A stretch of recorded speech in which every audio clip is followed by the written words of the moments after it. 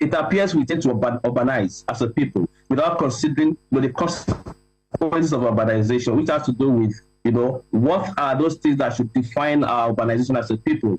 Are we actually enforcing our drainage policies and management practices in Lagos State? Do we have to wait? I mean, it has become like an annual issue where we have to wait for DIMET to release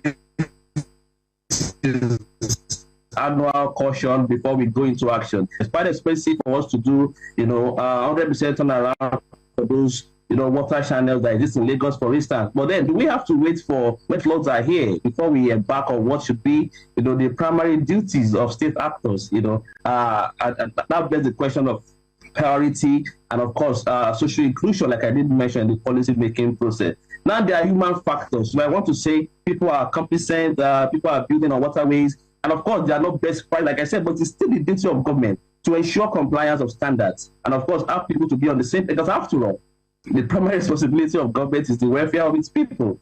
So we have so many cautionary measures that we should adopt. Lagos is not exceptional in this regard. The whole of Nigeria, 30 out of 36 is prone to, to flood. And we hear this almost every year. But then the question is, how harmonized are we in our interventions to solving this?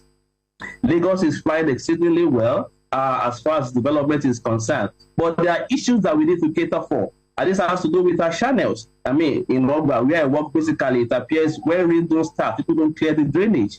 And government don't even come to do the clear up. When they do this clear up, they have to wait and allow this water to find their way to the drains again before. I mean, it appears it has to do with prioritization of policy and, the amount of involvement that, people have in this policy-making process. So it's beyond just saying, we have a policy, the people are not aware. It is having an harmonized intervention that has the collective interest